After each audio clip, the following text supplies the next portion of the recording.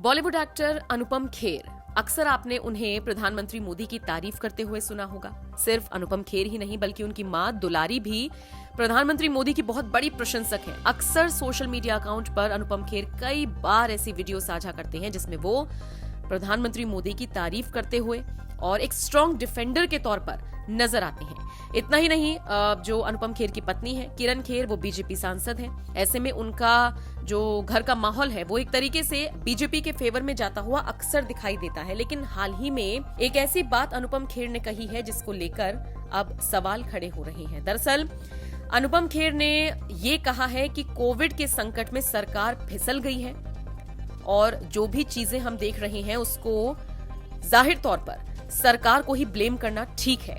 अनुपम खेर ने कहा सरकार को जिम्मेदार ठहराना इसके लिए आवश्यक है। इसके बाद अनुपम खेर ने कहा कि सरकार जाहिर तौर पर कहीं ना कहीं नाकाम जरूर हुई है और उन्हें इस वक्त ये समझना चाहिए कि इमेज बचाने से ज्यादा लोगों की जान बचाना जरूरी है।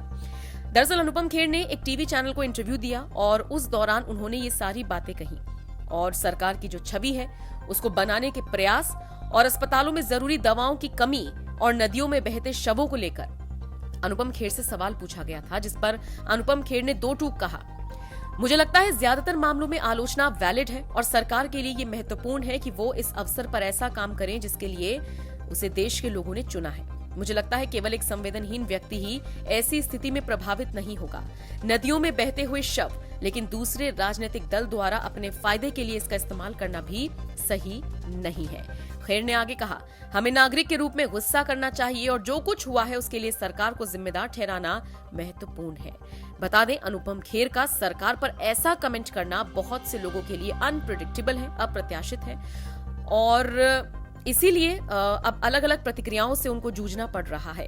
खैर, आपको अनुपम खेर का ये बयान कैसा लगा, इसको लेकर आपकी राय क्या है, कमेंट करके हमें जरूर बताइएगा।